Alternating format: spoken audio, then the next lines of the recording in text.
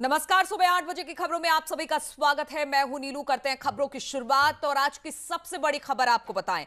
अयोध्या में विवादित ढांचा गिराए जाने के 28 साल बाद आज सबसे बड़ा फैसला आने वाला है। सीबीआई की विशेष अदालत आज फैसला सुनाएगी और इस मामले में कुल 49 आरोपी बनाए गए हैं, जिसमें से 17 की मौत हो चुकी है।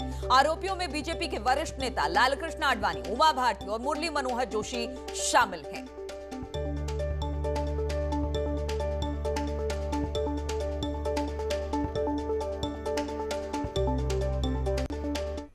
तो 6 दिसंबर सुप्रीम कोर्ट के निर्देशानुसार सीबीआई कोर्ट ने सुनवाई पूरी कर ली है। 2 सितंबर से अपना फैसला लिखवाना शुरू कर दिया है।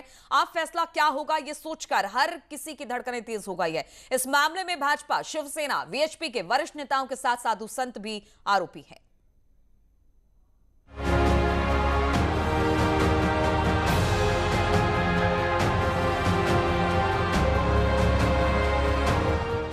अयोध्या के बाबरी मस्जिद ढाए जाने के मामले में सीबीआई की स्पेशल कोर्ट बुधवार को फैसला सुनाने जा रही है। कोर्ट ने सभी मुल्जिमों को फैसले के दिन पेश रहने का आदेश दिया है। इस मामले में बीजेपी के सीनियर लीडर लालकृष्ण आडवाणी, मुरली मनोहर जोशी और उमा भारती समेत 49 लोगों को मुल्जिम बनाया गया है, जिसमें से 17 की मौत हो चुकी है।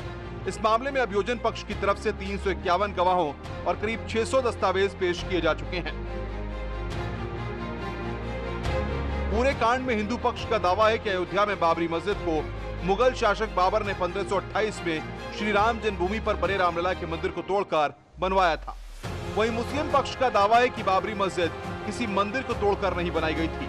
साल 1885 में पहली बार यह केस कोर्ट में पहुंचा था। बीजेपी लीडर लालकृष्ण आडवाणी ने 1990 में राम रथ यात्रा निकाली और राम मंदिर आंदोलन ने जोर पकड़ा। 6 दिसंबर 1992 को 16वीं सदी की बनी इस बाबरी मस्जिद को कार सेवकों की एक भीड़ ने ढहा दिया था। इसे लेकर पूरे देश में सांप्रदायिक माहौल पैदा हो गया था। दंगे भी हुए और हजारों की तादाद में लोगों ने इन दंगों में अपनी जान गंवाई। तब से ही यह मामला कोर्ट में चल रहा था। 9 नवंबर 2019 को सुप्रीम कोर्ट ने तारीखी फैसला सुनाते हुए विवादित जमीन पर राम मंदिर बनाने का आदेश दिया, जबकि मुस्लिम पक्ष को अयोध्या में ही 5 एकड़ जमीन मस्जिद के लिए दी गई। सीबीआई के स्पेशल जज एसके यादव बुधवार को इस मामले में फैसला सुनाएंगे। ये उनका आखिरी फैसला होगा, क्योंकि वो बुधवार को ही रिटायर हो रहे हैं।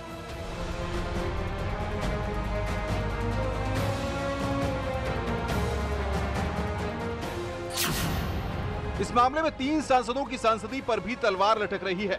फैजाबाद से सांसद है लल्लू सिंह, उन्नाव से सांसद साक्षी महाराज और कैसरगंज से सांसद बृजभूषण शरण सिंह वर्तमान में सांसद हैं। अगर इनको 2 साल से ज्यादा की सजा सुनाई जाती है तो इन्हें सांसद पद से इस्तीफा देना पड़ेगा। देश के सबसे बड़े मुकदमे में फैसले से फासला खत्म होने को है। अयोध्या स्थित विवादित ढांचा गिराए जाने के मामले में सीबीआई स्पेशल कोर्ट अयोध्या प्रकरण अपना फैसला सुनाएगी। इस मामले में लालकृष्ण आडवाणी, कल्याण सिंह, मुरली मनोहर जोशी, उमा भारती, विनय कटियार समेत 32 अभियुक्तों को कोर्ट में पेश होने का आदेश दिया गया है। 32 आरोपियों को बिठाने के लिए कुर्सियों की भी व्यवस्था की गई है। एसके यादव का ये आखिरी फैसला भी होगा। सीबीआई ने अपनी तरफ से 351 गवाहों को पेश किया था। 600 से अधिक दस्तावेजी सबूत भी पेश किए थे। सीबीआई ने इस मामले में 49 आरोपियों के खिलाफ चार्जशीट दाखिल की थी, जिसमें से 17 आरोपियों की मौत हो चुकी है। कैमरामैन एसके वर्मा के साथ ऋषभ मणि त्रिपाठी, न्यूज़ 18, लखनऊ। और उमा भारती का इस बीच बयान भी आया। इस फैसले को लेकर उमा भारती ने कहा कि उन्हें कोर्ट का फैसला मंजूर होगा, जो भी कोर्ट का फैसला आता है। बाबरी विध्वंस केस का फैसला आने से पहले बीजेपी नेता उमा भारती ने बीजेपी अध्यक्ष जेपी नड्डा को चिट्ठी लिखी है। उन्होंने कहा है कि 30 तारीख को सीबीआई कोर्ट का जो भी फैसला होगा वो सर आंखों पर होगा। अगर कोर्ट कोई सजा सुनाता है तो मैं जमानत नहीं लूंगी। दरअसल सीबीआई कोर्ट 30 सितंबर को बाबरी विध्वंस केस में फैसला सुनाएगी। 30 सितंबर को बाबरी विध्वंस के आरोपियों को लेकर सीबीआई कोर्ट अपना फैसला सुनाने जा रही है। फैसले से ठीक पहले बीजेपी के पूर्व सांसद और राम मंदिर आंदोलन के अगुवा रामविलास वेदांती ने बड़ा बयान दिया। कहा, यदि कोर्ट इस मामले पर उनको उम्र कैद या फांसी की सजा भी देती है तो उन्हें मंजूर होगी। यदि फांसी होती है उस मंदिर के खंडहर को तोड़वाने में तो और भी बड़ा सौभाग्य होगा। इसलिए हमको इसका कोई डर नहीं है, हमको तो प्रसन्नता हो रही है। रामविलास दास वेदांती का दावा है कि सभी कार्य सेवकों के मन में मंदिर निर्माण करने की इच्छा थी और उस स्थान पर कोई मस्जिद नहीं थी। वहां सिर्फ मंदिर के खंडर थे जिन्हें गिराया गया था।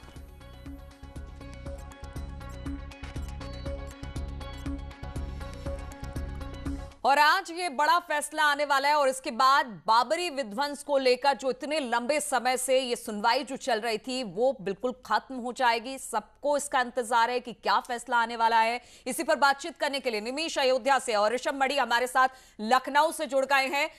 निमीश, पहले आप ही के पास चलते हैं। आज जिस तरह से फैसला आने वाला है, 28 साल बाद ये फैसला आएगा।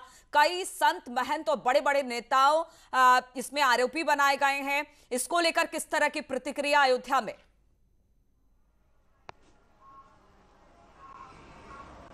देखिए, अगर अयोध्या की बात की जाए तो अयोध्या के संत महंत हों, चाहे यहाँ के जो बाबरी विध्वंस के आरोपी थे, सबका अपना अपना अलग तर्क है। बाबरी विध्वंस के जो आरोपी हैं वो कोर्ट के लिए कल ही निकल गए थे, कुछ आज निकल गए हैं और सब लोग करीब 11 बजे सीबीआई कोर्ट में पहुंच जाएंगे क्योंकि आज फैसले का दिन है। लेकिन उससे पूर्व अयोध्या में बाबरी पक्षकार रहे इकबाल अंसारी ने कहा था कि इस पूरे मामले पर जब निस्तारण हो चुका है, राम मंदिर के पक्ष में फैसला आ चुका है, तो अब जो आरोपी हैं उनको बाइज्जत बरी कर देना चाहिए। कुछ इसी तरीके की मान संत महंतों की थी। प्रधान पुजारी आचार्य सत्येंद्र दास ने भी कहा था रामलला के जी जो आरोपी हैं उनका इस पूरे मामले पर यही सिद्ध नहीं हो पाया कि वहां पर बाबरी मस्जिद थी, फैसला आ चुका है, तो अब इस मामले को भी निस्तारण कर देना चाहिए। लेकिन वहीं दूसरा पक्ष भी है जो हाजी महबूब का, जो बाबरी विध्वंस के आरोपियों के खिलाफ कार्रवाई की मांग कर रहे हैं, बड़ी कार्रवाई कर रहे हैं। तो नीलू, मिली जुली प्रतिक्रिया है, लेकिन फिलहाल राम मंदिर के पक्ष में फैसला आया है। मंदिर का निर्माण भी शुरू हो चुका है और 28 वर्षों बाद दूसरा निर्णय आने जा रहा है बाबरी विध्वंस के ऊपर। और आज का दिन बेहद अहम होगा अयोध्या में, क्योंकि अयोध्या के जो टॉप 10 और इसमें जितने संत भी आरोपी बनाए गए हैं, क्या वो सब निकल चुके हैं वहां से आज, क्योंकि कोर्ट में उपस्थित रहने को कहा गया है, या फिर कोई नहीं जा रहा है स्वास्थ्य कारणों से या किन्हीं कारणों से? वीडियो कॉन्फ्रेंसिंग के जरिए भी ऐसा है, क्या कोई जुड़ रहा है? और देखिए नीलू, सबसे बड़ी बात यह है कि नृत्य गोपाल दास पिछले दिनों मथुरा में कृष्ण जन्माष्टमी के दरमियान कोरोना पॉजिटिव हुए थे। तब से वो अस्वस्थ चल रहे हैं, तो उनका जाना अभी नहीं हो पाया है। ये जिला प्रशासन और आज अगर कोर्ट उचित होगा, कोर्ट के निर्णय के अनुसार, तो हो सकता है कि उनको वीडियो कॉन्फ्रेंसिंग के जरिए उपस्थित कराया जाए, लेकिन फिलहाल उनका स्वास्थ्य ठीक नहीं है। बाकी चाहे जो भी आरोपी हों, चाहे वो संतोष दुबे हों, चाहे वो रामविलास दास वेदांती हों, या और भी जो आरोपी हैं राम मंदिर बाबरी विध्वंस के आरोप में, तो वो सब करीब करीब निकल चुके हैं और ज्यादातर लोग 11 बजे कोर्ट में उपस्थित हो जाएंगे। ठीक है निमेश, आप हमारे साथ बने रहिए। तो ज्यादातर लोग कोर्ट में उपस्थित होंगे जिनको आरोपी बनाया गया है बाबरी विध्वंस मामले में। और ऋषभ भी हमारे साथ लखनऊ से जुड़े हुए हैं। ऋषभ, 28 साल बाद ये फैसला आना है, सबको इस फैसले का इंतजार है क्योंकि बहुत सारे बड़े नाम इससे जुड़े हुए हैं।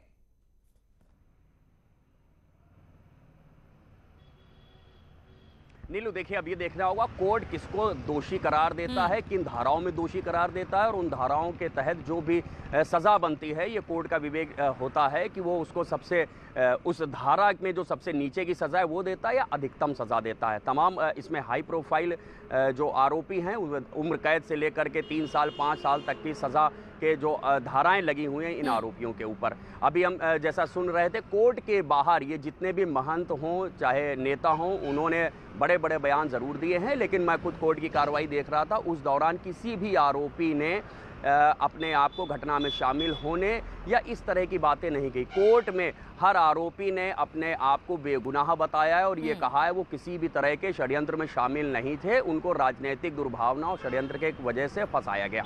सिर्फ एक आरोपी गांधी यादव ऐसे हैं जिन्होंने कोर्ट में ये बात कही थी कि वो घटनास्थल पर मौजूद थे और जब वो विवादित परिसर गिरा था तो वो उसमें घायल भी हुए थे, ऐसा माना जा रहा है। गवाहों की गवाही ले ली गई है, तमाम लोगों ने अपनी अपनी दलीलें दे दी गई हैं। आज फैसला आना है और सबसे बड़ी बात यह है कि इस फैसले पर सबकी निगाहें टिकी हुई है कि यह फैसला किस तरह से आता है। बहुत बहुत शुक्रिया आप दोनों का हमारे साथ जुड़ने के लिए।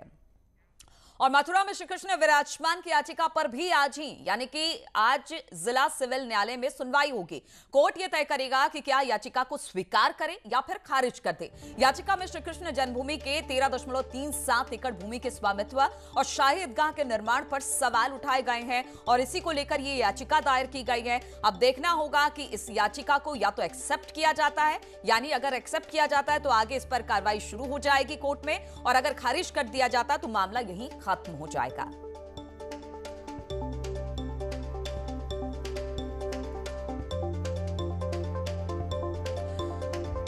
हम आपको बता दें कि मथुरा में श्री कृष्ण विराजमान की याचिका पर आज जिला सिविल न्यायालय में सुनवाई होगी और सबकी निगाहें इस ओर भी है क्योंकि अयोध्या के बाद अब मथुरा की बारी है और इसी को लेकर यह याचिका दायर की गई है। कोर्ट यह तय करेगा कि क्या याचिका को स्वीकार किया जाए या फिर खारिज कर दिया जाए। हम आपको बता दें कि इस याचिका में क्या कुछ लिखा गया है। याचिका में श्री कृष्ण जन्मभूमि के 13.37 एकड़ भूमि के स्वामित्व और शाही ईदगाह के निर्माण पर सवाल उठाए गए हैं। अब इस याचिका पर आज सुनवाई होगी और यह फैसला होगा कि क्या इस याचिका को आगे बढ़ाया जाए या फिर इसे खारिज कर दिया जाए। और बात करते हैं काशीपुर की, जहां पर मुख्य बाजार स्थित पुरानी सब्जी मंडी में मंगलवार देर रात अचानक आग लग गई, जिसमें कई दुकानें जलकर राख हो गई हैं। यह अधिकतर दुकानें गुमटियां हैं। आग से 3 गैस सिलेंडर में भी ब्लास्ट हो गया।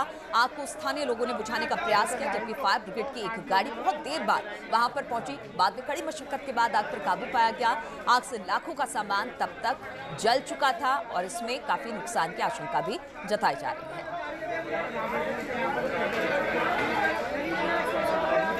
काशीपुर की यह घटना है जहां पर आग दुकानों में लगी और खासतौर पे ये गुमटियां थी। आग से 3 गैस सिलेंडर भी ब्लास्ट हो गया, इसलिए और तेजी से आग फैली। आग को स्थानीय लोगों ने बुझाने का प्रयास किया, जबकि फायर ब्रिगेड की एक गाड़ी बहुत देर बाद वहां पर पहुंची और किसी तरह से कड़ी मशक्कत के बाद आग पर काबू पाया जा सका।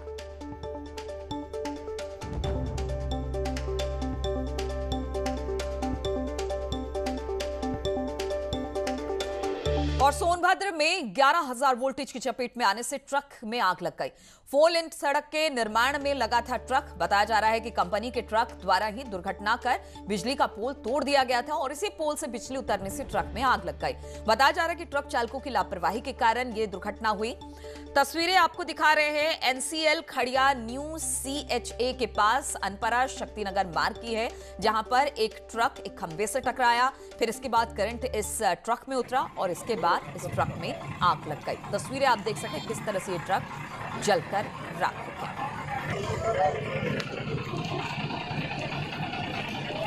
इसका कारण और कानपुर के चकेरी इलाके में हबीबा इंटरनेशनल लेदर फैक्ट्री में आग लगने से हड़कंप मच गया। अचानक लगी आग के कारण वहां पर मौजूद लोगों ने किसी तरह से भागकर अपनी जान बचाई। सूचना पाकर मौके पर पहुंची फायर ब्रिगेड की गाड़ियों ने आग पर काबू पाया, लेकिन इस बीच फैक्ट्री में लाखों का नुकसान हो गया।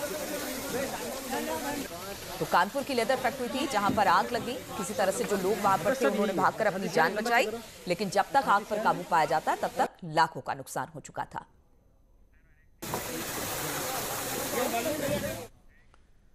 और हापुड़ से बड़ी खबर आ रही है। हापुड़ में बदमाशों के साथ मुठभेड़ में एक बदमाश को गोली लगी है। तमंचा कारतूस बरामद किया गया है। एक बदमाश मौके से फरार होने में कामयाब भी रहा है। तो हापुड़ से बड़ी खबर है, यहां पर बदमाशों के साथ पुलिस की मुठभेड़ हुई है, जिसमें एक बदमाश को गोली लगी है। इसके पास से तमंचा कारतूस बरामद किया है, जबकि जो दूसरा बदमाश था वो भागने में कामयाब रहा।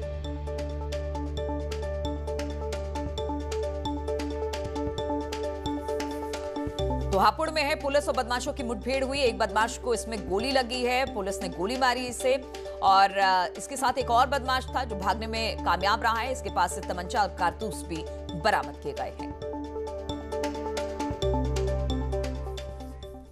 और गोंडा से खबर है, यहां पर पुलिस और बदमाशों के बीच मुठभेड़ हो गई, जिसमें मुठभेड़ में 25,000 का इनामी बदमाश अरेस्ट कर लिया गया।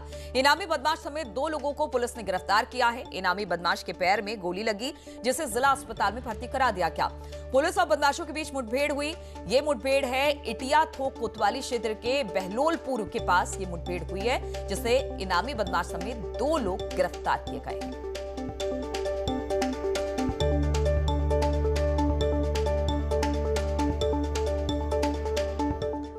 और खबर हाथरस से है, जहां पर देर रात शव पहुंचने के बाद पीड़िता का अंतिम संस्कार कर दिया गया। शव पहुंचने के बाद देर रात करीब 2:15 बजे पुलिस पहुंची, मृतका का अंतिम संस्कार करा दिया। खबर यह भी है कि परिजनों ने पुलिस का विरोध किया, लेकिन बावजूद इसके हाथरस पुलिस नहीं मानी और देर रात ही बिना किसी रीति रिवाज के अंतिम संस्कार कर दिया गया। परिजनों का आरोप है कि परिवार को पीड़िता का चेहरा भी नहीं देखने दिया गया। तस्वीरें थाना चंदपा क्षेत्र के गांव बुलगढ़ी की है।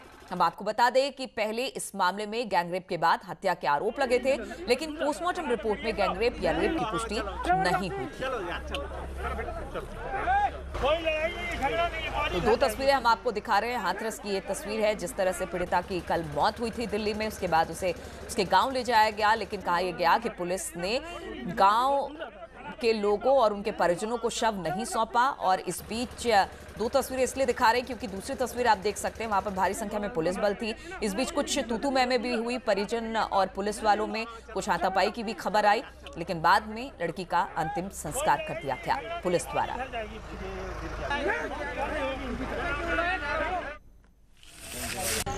पुलिस दबाव बना रही है हमारे ऊपर कि आप चलिए और अंतिम संस्कार कीजिए। ना बॉडी दी है, ना दिखाई है, ना कुछ है हमारे पास, हमें कुछ कोई दिखाया ही नहीं। कह रहे हैं कि आप चलिए, लड़की के नाम पिताजी हैं, ना भाई है, या कोई भी नहीं है, वो भी दिल्ली में हैं, दिल्ली से आए नहीं अभी। तो कौन अंतिम संस्कार करेगा फिर? तो अब पुलिस वाले कह रहे हैं कि साहब जो है आप जाएंगे तो ठीक है, ना जाएंगे तो हम कर ही देंगे अपने आप। नहीं है हमें जानकारी, हमने अभी तक बॉडी नहीं देखी दीदी कि कहाँ है वो, किधर है, हमें नहीं पता। जला दिया गया है, उन्हें क्या कर दिया, हमें कुछ भी जानकारी नहीं है इस बारे में। और जो पुलिस वाले थे वो हमें जबरदस्ती ले जा रहे थे यहाँ से अंतिम संस्कार करवाने। हमारी मांग थी हम सुबह अंतिम संस्कार करें, कल अंतिम संस्कार करें, हम अपनी मर्जी से करना चाहते हैं। और ब्रेक के बाद मेरठ से खबर है, जहां पर न्यूज 18 की खबर का असर हुआ है। बिजली चोर दरोगा सस्पेंड कर दिया गया है। आरोपी धर्मेंद्र सिंह के भत्ते में इसको लेकर कटौती अब कर दी गई है। आय से अधिक संपत्ति की अब उसकी जांच भी होगी। बिना परमिशन के अब नहीं छोड़ सकेंगे जिला। चर्चा का विषय बना हुआ दरोगा का फार्म हाउस, एसएसपी ने अब कड़ी कार्रवाई की बात की है। तो लगातार न्यूज 18 ने इस खबर को दिखाया था, खबर का असर हुआ है। बिजली चोर दरोगा सस्पेंड कर दिया गया है, उसके भत्ते काट दिए गए हैं, उसको जिला नहीं छोड़ने की बात कही गई है कि बिना परमिशन वो जिला नहीं छोड़ सकता है। इसके अलावा जो उसके फार्म हाउस है, जो उसकी संपत्ति है, उसकी भी अब जांच होगी और एसएसपी ने कार्रवाई की आदेश दे दिए हैं।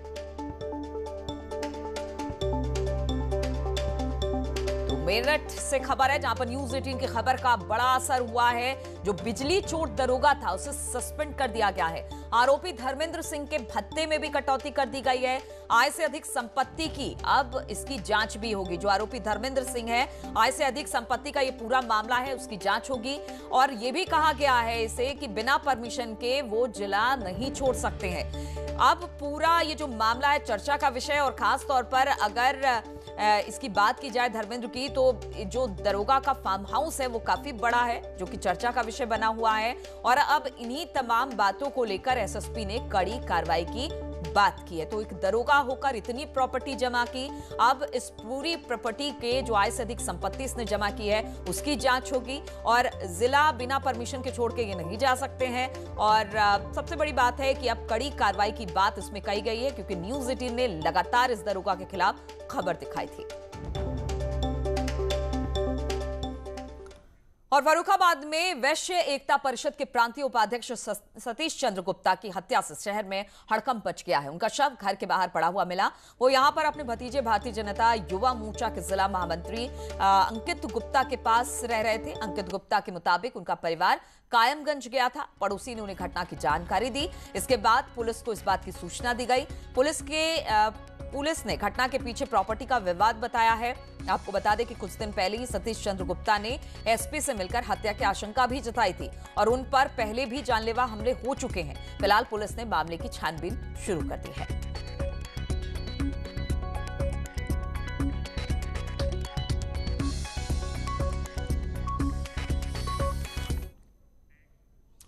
तो इन तमाम खबरों के साथ इस बुलेटिन में फिलहाल इतना ही। रुकेंगे छोटे से ब्रेक के लिए, लेकिन ब्रेक के बाद भी लगातार खबरों का सिलसिला जारी है।